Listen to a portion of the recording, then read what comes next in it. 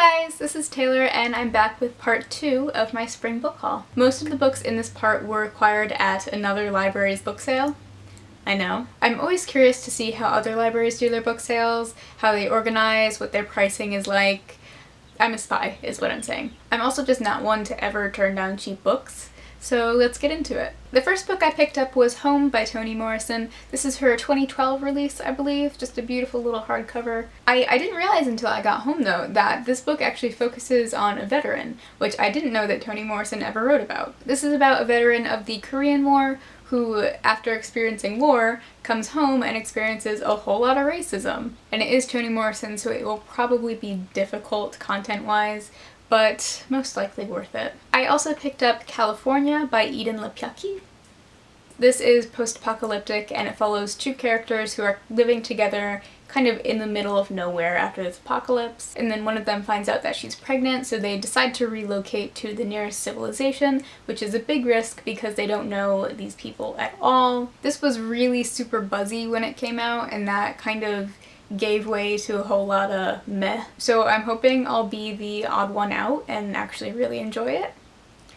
Why do I do this to myself? I was very surprised and happy to see a copy of David Levithan's Another Day, which is a sequel to Every Day, which I just hauled. Whereas Every Day's premise is each day in a new body with a new life, this is the same character living each day in the same crappy predicament until one day stands out from the rest and changes everything. That sounds really vague to me too, but that's what I know about this. I was also very surprised to find a perfect copy of We Need New Names by Violet Bulawayo. This was a booktube favorite for a little while. I've heard unanimously good things. This is about a young girl from Zimbabwe whose home is destroyed and she's sent to live with her aunt in America. I believe it's about displacement, assimilation, identity, and it sounds really raw and candid and just really damn good. I picked up The Graveyard Book by Neil Gaiman.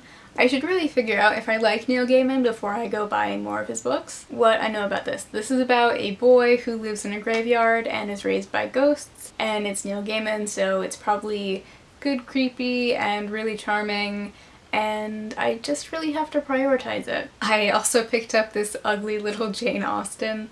I don't own Sense and Sensibility, and this was almost free, so... Something else that caught my eye was Super Sad True Love Story by Gary... Just Gary.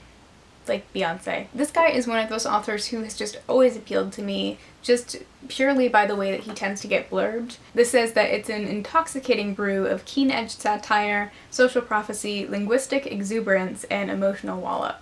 Like, that's me. There I am. It also says that it's as if Vladimir Nabokov rewrote 1984.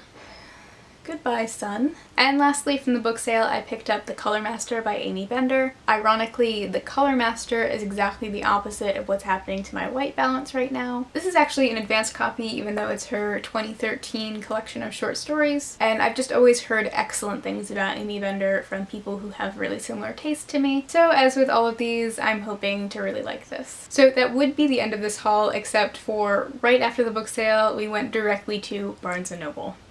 Seriously. I immediately picked up Shelter by Jung Yoon, which I've been seeing all over the place and I'm so keen to read it. From what I've gathered, this is a family novel that explores what it really means to provide for your family. It's been called dark, violent, and riveting, so I'm sure there's some tension and maybe some secrets. I would really like to pick this up as soon as possible. The last book for this haul is The Serpent of Venice by Christopher Moore. I read Lamb by the same author in high school and absolutely loved it, like 5-star read. And this happens to be a retelling, or at least a play on The Merchant of Venice by Shakespeare, which I just read a couple months ago, so very appropriate. I was also deeply compelled to buy this book because it's blue. And I'm so incredibly predictable. So those are all the books that I have acquired recently. I will link to part 1 down below so you can get the full scope of things. I hope you're having a great day and I will see you soon. Bye!